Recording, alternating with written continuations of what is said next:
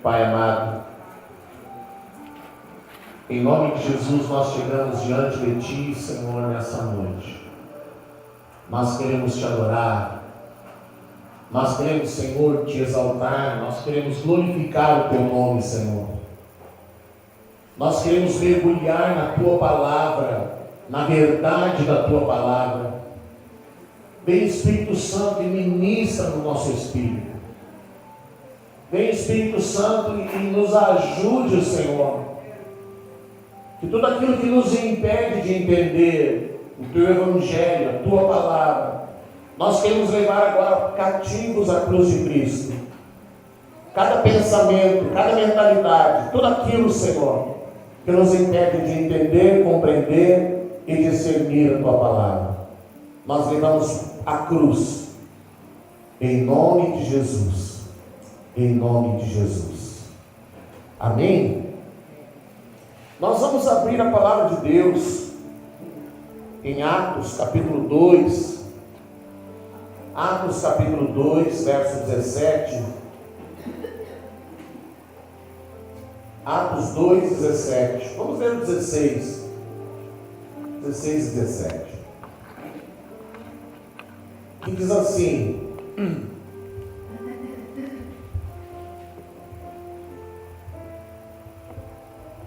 mas o que ocorre é o que foi dito por intermédio do profeta Joel. E acontecerá nos últimos dias, diz o Senhor, que derramarei do meu espírito sobre toda a carne. Vossos filhos e vossas filhas profetizarão. Vossos jovens terão visões e sonharão. Vossos velhos, até sobre os meus servos e sobre as minhas servas, derramarei do meu espírito naqueles dias, e profetizarão. Mostrarei prodígios em cima no céu e sinais embaixo na terra: sangue, fogo e vapor de fumaça. O sol se converterá em trevas e a lua em sangue, antes que venha o grande e glorioso dia do Senhor. E acontecerá que todo aquele que invocar o nome do Senhor será salvo. Você está bom, filho? Dá para ouvir bem aí? Amém? Então, irmãos, nós queremos meditar nessa noite no único trecho desse texto que nós lemos, quando Pedro se levanta no dia de Pentecostes, no dia da festa de Pentecostes, e existe uma proximidade muito grande entre Jesus e as festas judaicas. Então a gente sabe que Jesus morreu no dia de Páscoa, e agora o batismo no Espírito Santo, o derramar do Espírito Santo acontece na festa das colheitas, porque a festa de Pentecostes é uma festa de colheitas, para celebrar a colheita, quando eles traziam as primícias da colheita.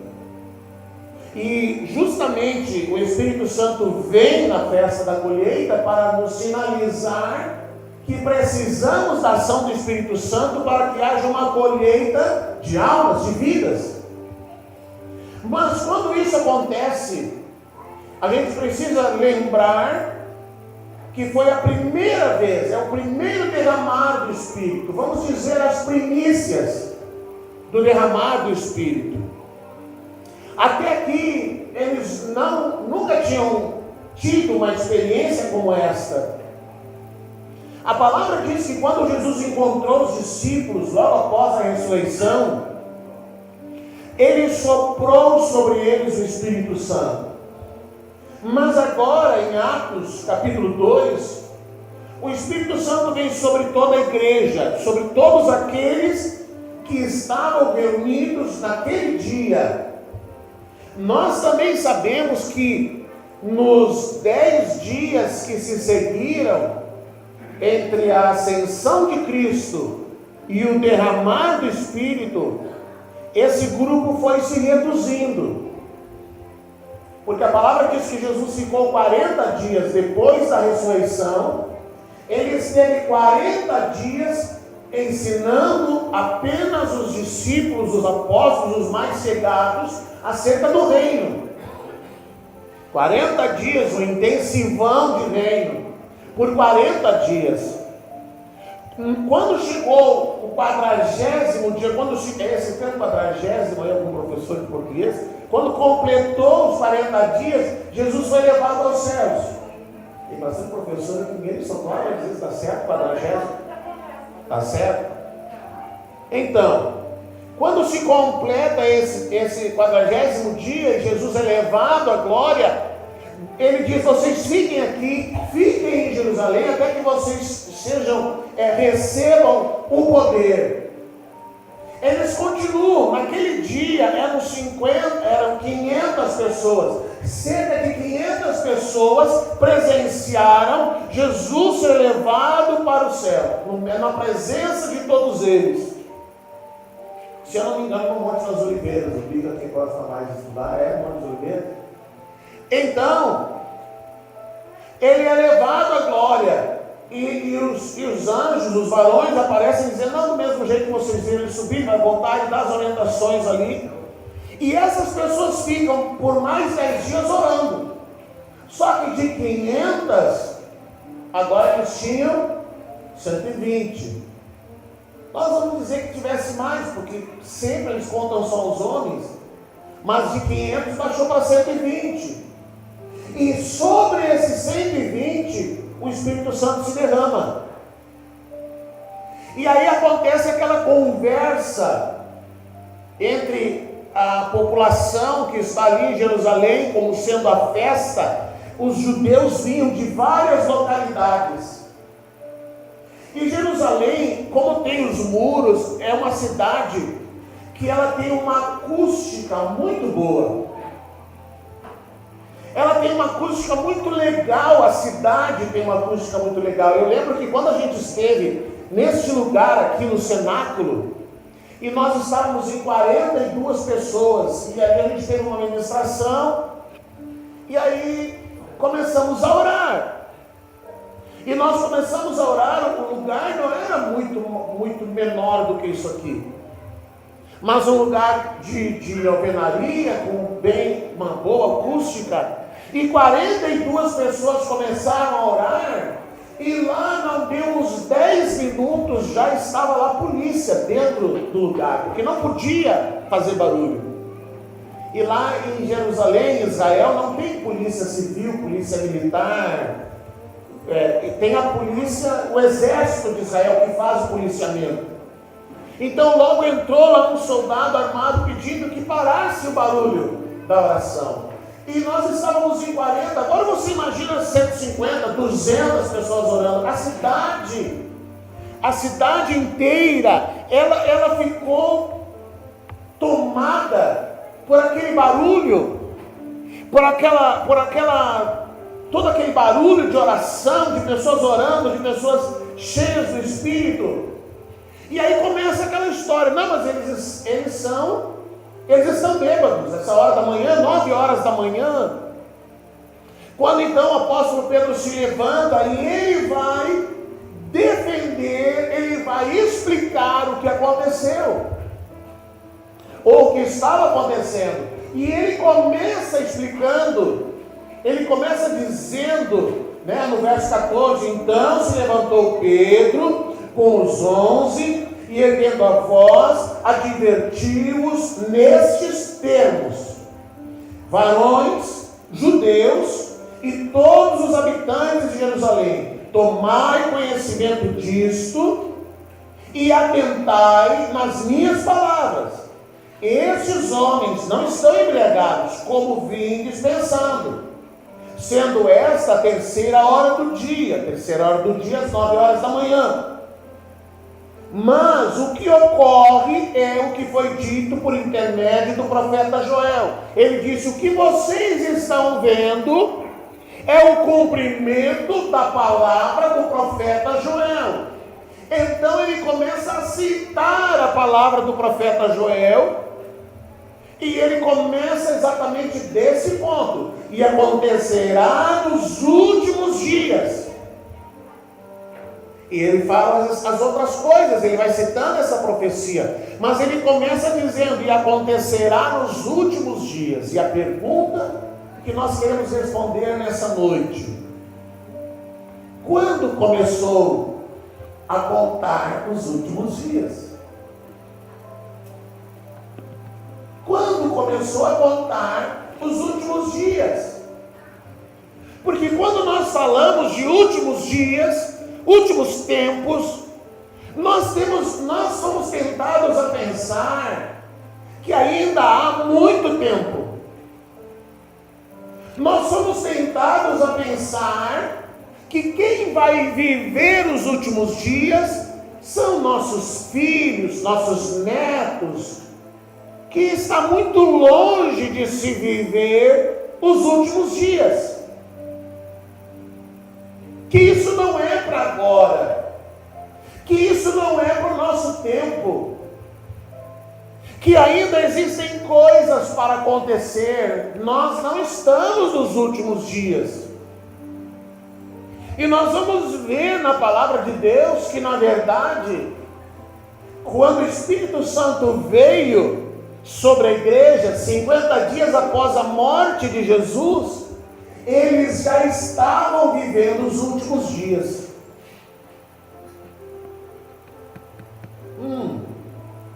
Eles já estavam vivendo os últimos dias. Mas então, de quando até quando que vai? De quando até quando é contado esse espaço de tempo de últimos dias? Últimos dias se refere a um espaço de tempo. Quando uma empresa, uma loja, um comércio faz uma promoção, tantos dias de promoção, e essa promoção ela vai se prolongar, talvez por uma semana, talvez por uns 10 dias, 15 dias, quando chega na reta final, então existe um marketing para divulgar dizendo: são os últimos dias, para sinalizar que aquela promoção ela está chegando ao fim. Então agora estamos nos últimos dias dessa promoção. Se você quiser, é agora. Agora, semana que vem, agora é Dia das Mães, então o comércio vai se encher de promoção. E a gente vai ver muito isso no comércio. São os últimos dias. Então o termo últimos dias, ele se refere a um espaço de tempo. Então agora Pedro se levanta e ele diz: o que vocês estão vendo é o cumprimento da palavra do profeta Joel, que nos últimos dias, não é o que sai na sua Bíblia? Se Pedro entendia 50 dias depois que Jesus morreu, que eles já estavam vivendo os últimos dias, por que nós pensamos que falta muito? Por que nós pensamos que não, vai demorar? Se Pedro disse: já estamos nos últimos dias. Se Pedro afirma: já é, os últimos dias, já é. Isso, 50 dias após a morte de Jesus. E nós vamos chegar à conclusão que os últimos dias começaram a ser contados na cruz.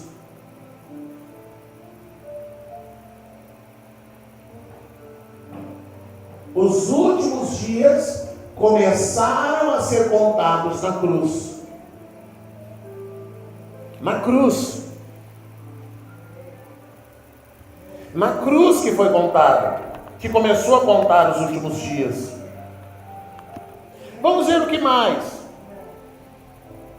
O profeta Joel, ele fala sobre esse derramar do Espírito, ele fala sobre esses acontecimentos que fazem parte dos últimos dias. Mas não é, no Novo Testamento, não é só Pedro que se levanta para afirmar que os últimos dias já estavam sendo contando naquele tempo. Nós vamos ver que outros apóstolos se levantaram e também afirmaram que já estavam vivendo os últimos dias. E que nós hoje, em 2019, precisamos alinhar o nosso coração ao tempo de Deus. Nós precisamos alinhar o nosso espírito ao tempo de Deus. Tirar do nosso espírito aquele sentimento de que falta muito. Eu ainda posso curtir, eu ainda posso aproveitar, eu ainda posso viver, porque falta muito. Então agora eu vou fazer outras coisas e depois eu vou me dedicar ao Senhor. Nós precisamos ter no nosso espírito um sentimento de urgência que a igreja primitiva tinha. A igreja primitiva tinha um sentimento de urgência. Eles tinham um sentimento de que havia pressa em anunciar o Evangelho, em ganhar almas, em estender o reino de Deus, em estabelecer o reino de Deus, em manifestar o reino de Deus. Havia uma pressa, uma urgência no coração deles. Porque uma das coisas que Jesus fala, e que o Evangelho, e este Evangelho do reino, será pregado em todo o mundo, então virá o fim. Eles entenderam isso, e a igreja moderna tem dificuldades de lidar com isso. A igreja moderna, o cristão moderno, tem dificuldade de lidar com essa urgência, porque outras urgências estão no seu coração, outros interesses estão no seu coração, que não o reino de Deus. Mas quando Jesus fala do reino de Deus, ele diz que a nossa prioridade nessa terra tem que ser o reino de Deus. Buscai em primeiro lugar o reino de Deus. Vamos ver o conselho que o apóstolo Paulo deu a Timóteo, um jovem pastor, 2 Timóteo 3. 2 Timóteo, capítulo 3. 2 Timóteo, capítulo 3. Timóteo, sumiu da minha Bíblia. Está aqui, 2 Timóteo, capítulo 3, verso 1. Quando o apóstolo Paulo, ele dá uma orientação a Timóteo, um jovem pastor, sobre como ele deve proceder. E ele diz assim: sabe, porém, isto. Ele está orientando Timóteo, nós vamos ver até o verso 6. Nos últimos dias, ele já começa falando, nos últimos dias, sobrevirão tempos difíceis, pois os homens serão egoístas, avarentos. A impressão que dá é que Paulo está falando de algo que é para agora.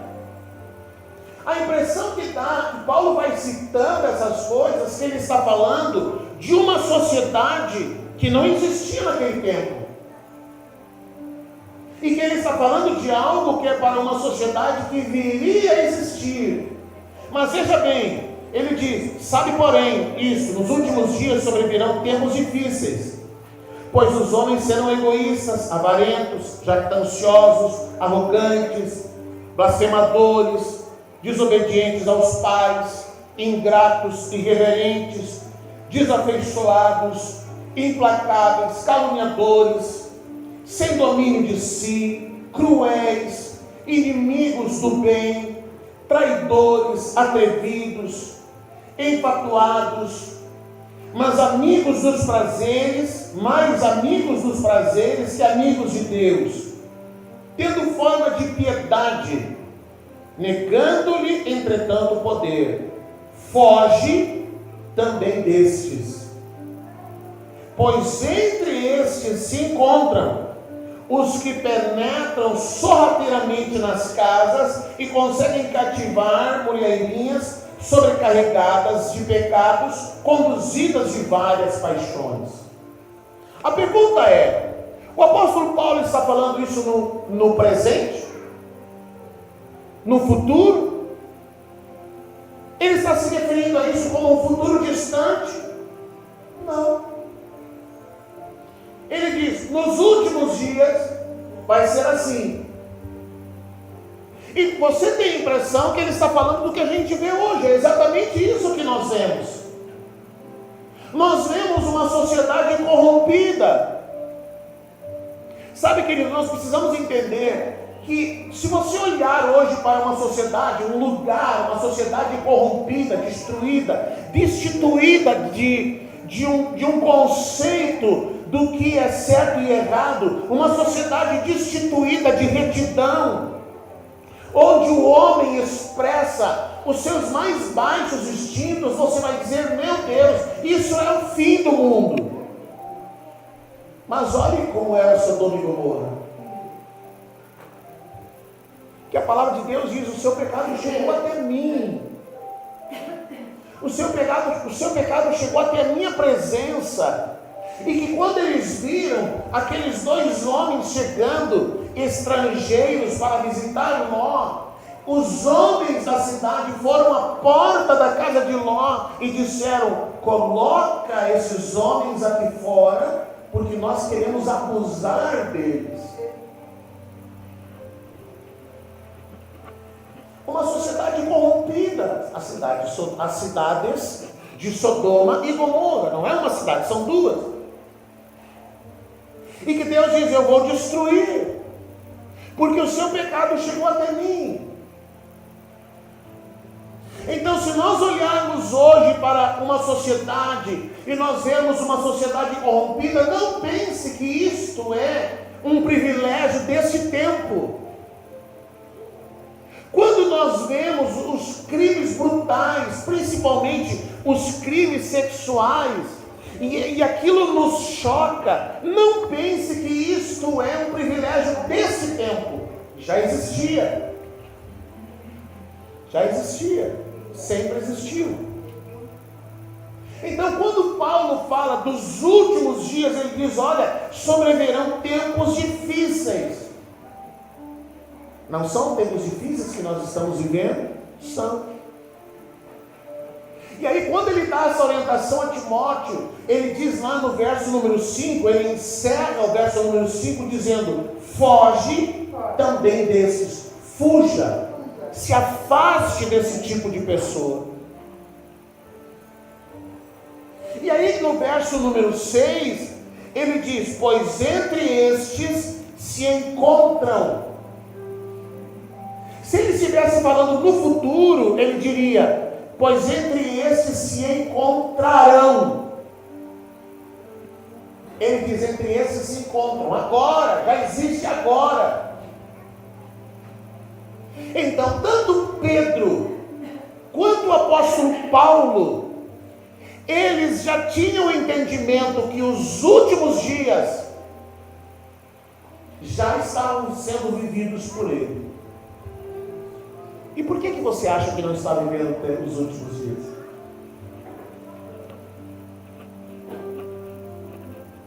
Por que você acha que ainda há tempo? Ainda há muito tempo. Se os últimos dias se referem ao que lá adiante vai terminar, nós agora estamos muito mais próximos do último dia, porque os últimos dias eles vão encerrar no último dia, e Jesus várias vezes fala do último dia.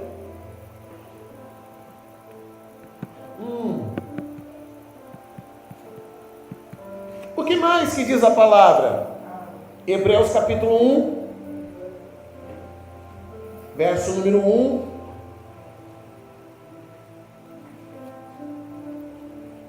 Glória a Deus.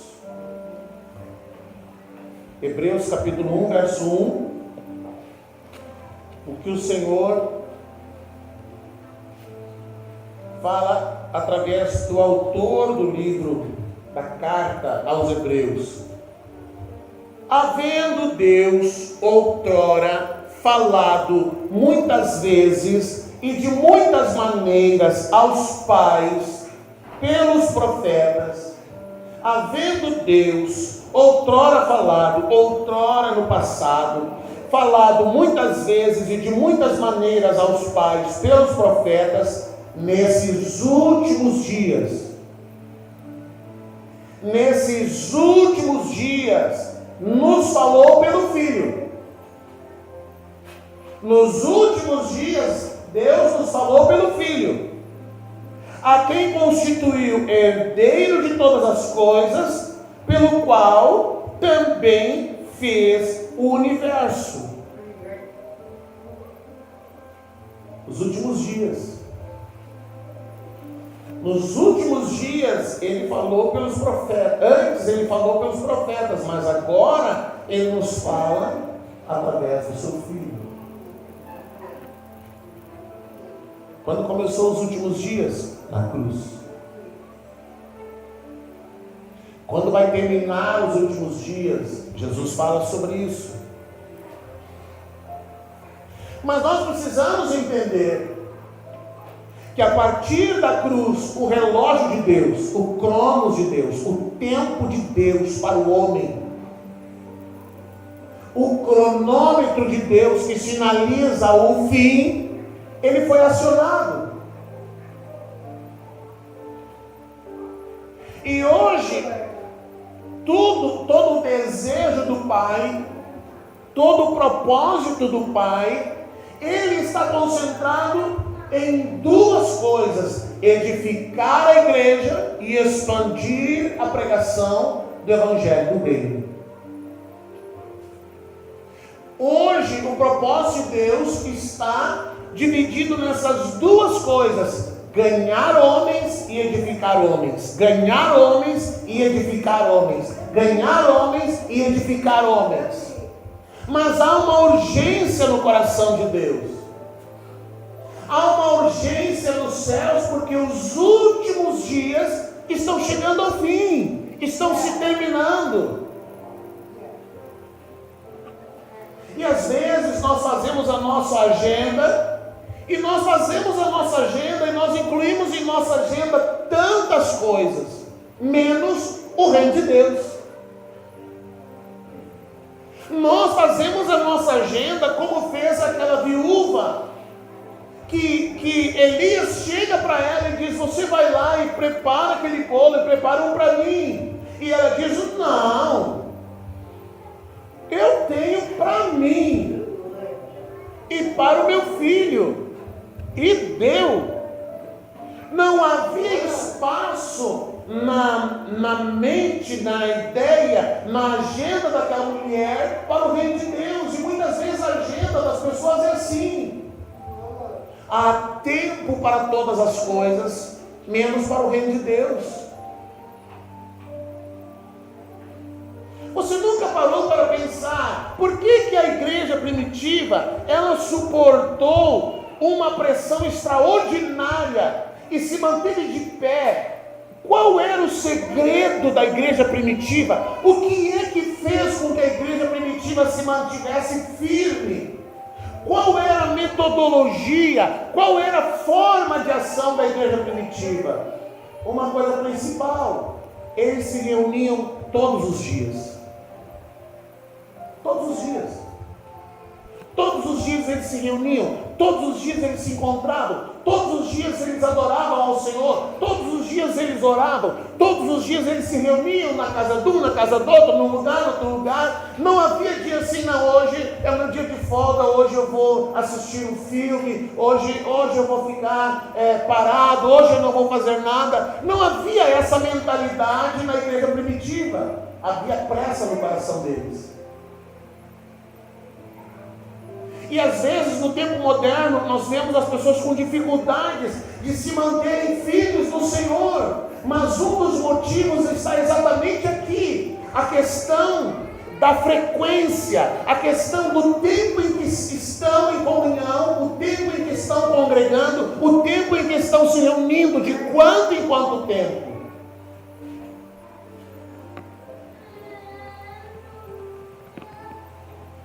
De quanto em quanto tempo eles se reúnem?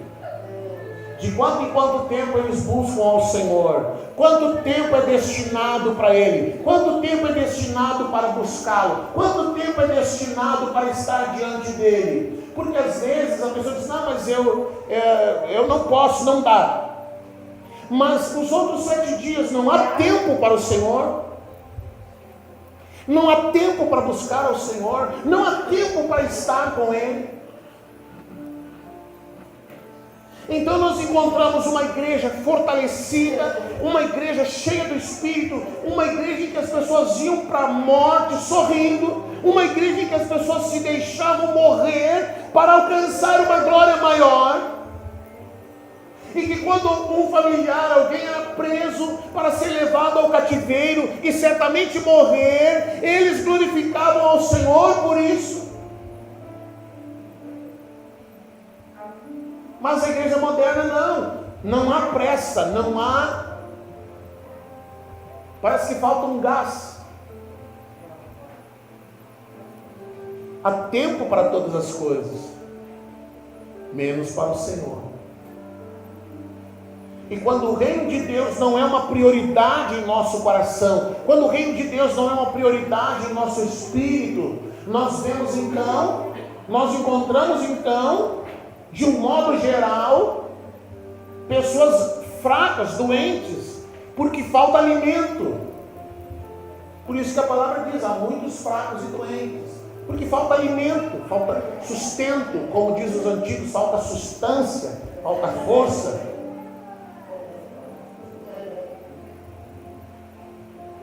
E por mais que receba uma boa comida no domingo, passa o resto da semana sem comer nada. Porque muitas vezes o único dia de alimentação espiritual é o domingo, quando está na casa do Senhor. E isso é muito sério, isso é muito grave. Nós estamos vivendo os últimos dias, mas aí Jesus vem e ele começa a falar do último dia. João capítulo 6.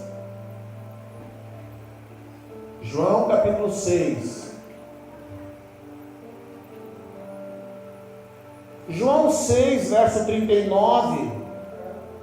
Nesse pedaço do Evangelho de João, Jesus vai citar várias vezes o último dia. Ele vai citar várias vezes o último dia. João 6, 39. E a vontade de quem me enviou é esta: que nenhum eu perca de todos os que me deu. Pelo contrário, eu o ressuscitarei quando? No último dia. Depois o verso 40. De fato, a vontade de meu Pai é que todo homem que vir a mim, que vir o Filho e nele crer, tenha vida eterna, e eu o ressuscitarei no último dia. 44. Ninguém pode vir a mim se o Pai que me enviou não o trouxer, e eu o ressuscitarei no último dia. Depois o verso 54.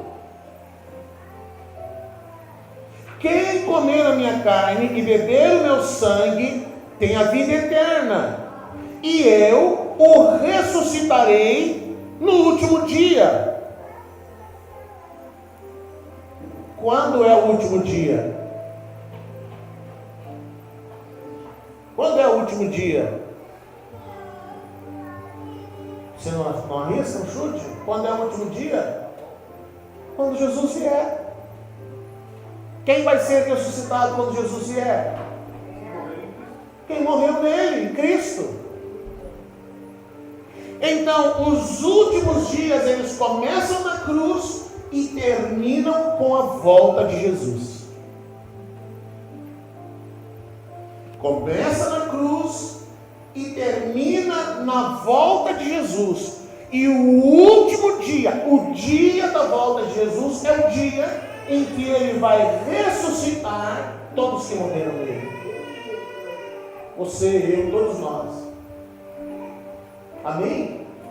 Nos últimos dias vão acontecer isso. Nos últimos dias vai acontecer assim. Nos últimos dias o homem será cada vez mais corrompido, destruído. Os valores do homem cada vez mais serão distanciados de Deus. O homem vai se tornar um ser mais humanista do que espiritual. Cada vez pior. Paulo diz para Timóteo: os tempos difíceis.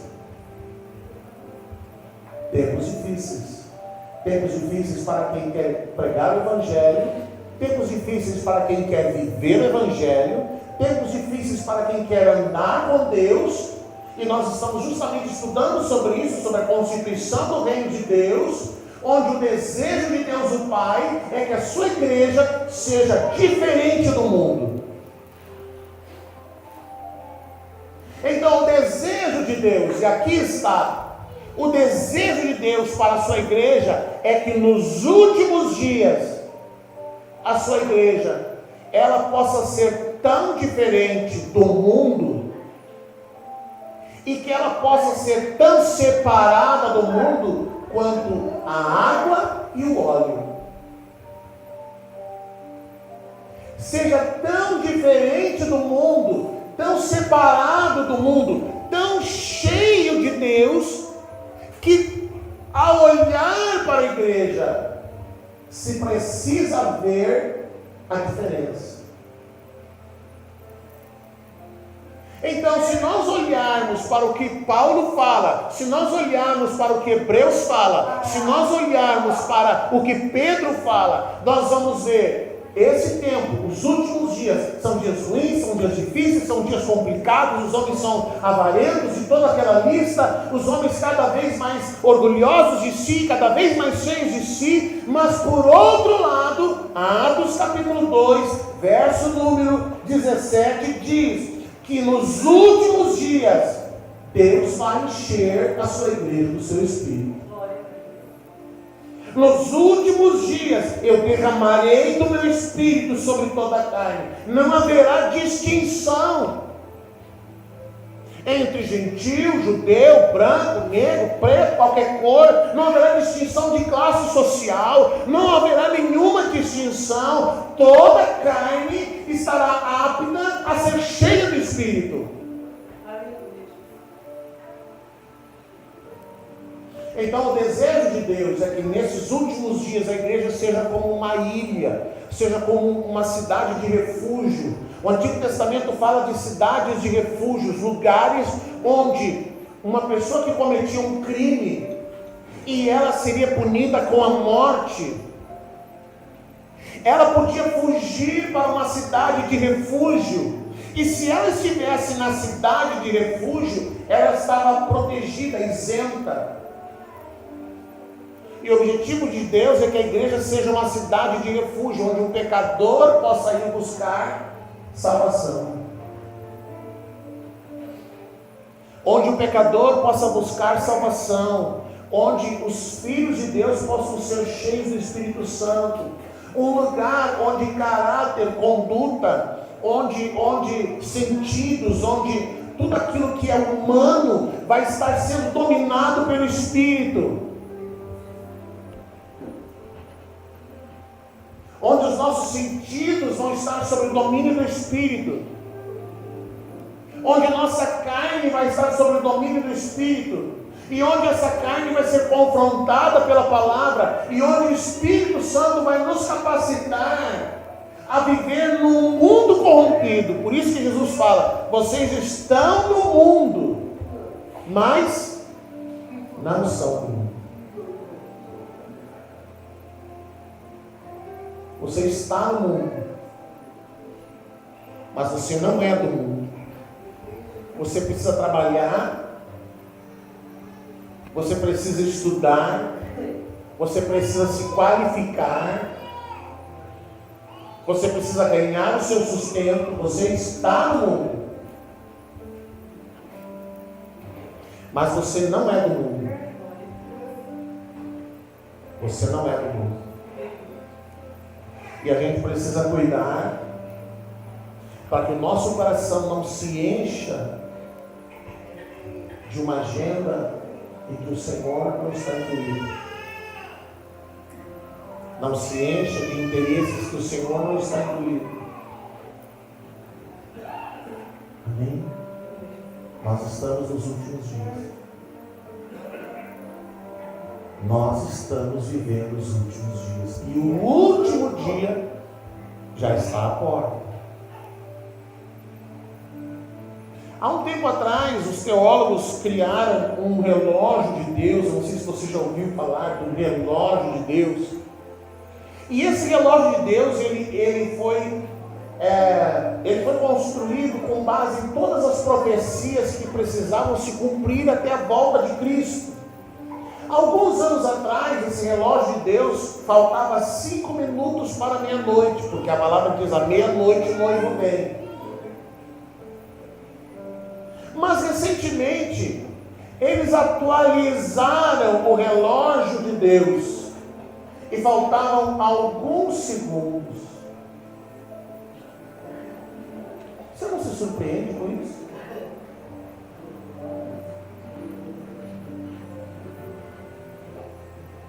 Esse relógio de Deus o tempo vai sendo acrescido conforme as profecias vão se cumprindo. Faltavam alguns segundos para a meia-noite. À meia-noite o noivo veio. Então talvez a Miriam, que está ali segurando o Inácio, que eu acho que é o menor da casa, talvez o Inácio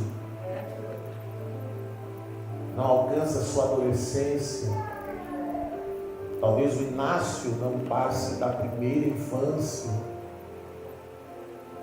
E nesse tempo em que muitos estão preocupados com o projeto da Previdência, vai aposentar, não vai aposentar, vai conseguir, não vai conseguir, talvez não haja nem tempo para que você se aposente. Talvez não haja tempo para que muitas coisas que você pensa que vai fazer, que vai realizar, que vai curtir, que vai aproveitar, que essas coisas talvez não aconteçam. Então, pastor, eu vou parar, não vou fazer mais nada? Não, você vai seguir. Siga em frente. Mas você tem que ter essa consciência que o relógio de Deus está faltando um pouquinho para dar meia-noite, o noivo vem, e a pergunta é: se o noivo vier, como você está? Como está a tua vida com ele? Amém? Como é que o noivo vai te encontrar? Você vai ser aquela virgem que está com óleo, está com a lâmpada acesa e tem um óleo na botija, ou você só está com a lâmpada acesa, não tem azeite na botija? Como é que você está? Precisa haver uma urgência no nosso espírito. Os últimos dias. Os últimos dias. Amém? Vamos orar? Vamos falar com o Senhor?